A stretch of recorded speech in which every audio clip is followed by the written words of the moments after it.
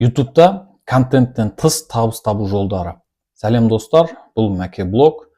Көп адам YouTube арқылы тек видеодан ақша табуды ойлайды. Яғни тек видеодан ғана ақша табуға болады деп ойлайды.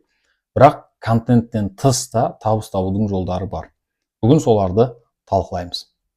Ең бірінші, демеушілер мен бренд келісімдері. Компаниялар сіздің аудиторияңызға қызығушылық танытады. Олар видеодан тыс коллаборация жасай алады. Жарнамалық пост, бірлескен іс-шара, челлендж деген сияқты. Екінші, өнімдер мен қызметтер сату. Өз мерчіңіз, футболка, кружка, стикер, өзіңіз жасап, брендіңізді қалыптастырып, соны сату. Онлайн курстар, консультация, коучинг қызметтері. Сіз өз арнаңызда осындай нәрселерді жүргізе аласыз. Одан кейін серіктестік бағдарламалар, яғни affiliate маркетинг деп айтылады. YouTube видеодан бөлек әлеуметтік желілерде сілтеме арқылы өнім сату.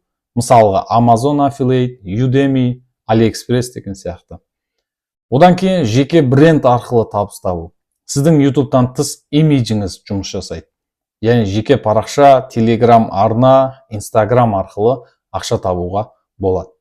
Офлайн мүмкіндіктер, олар іс-шаралар жүргізу, кездесулер өткізу, тренингтер жасау, кітап шығару, спикер болу, жарнама бет-бейнесіне айналу. Сонымен YouTube'да табыс тек контенттен келмейді. Демеушілер, өнім, қызмет сату, серіктестік бағдарламалар, жеке бренд пен офлайн мүмкіндіктер бәрі қосымша табыс көзі.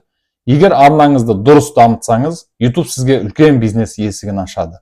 Келесі видеода бренд пен аудиторияны қалай құруға болатынын талқылаймыз. Арнаға жазылып, қоңырауды басып қойыңыз.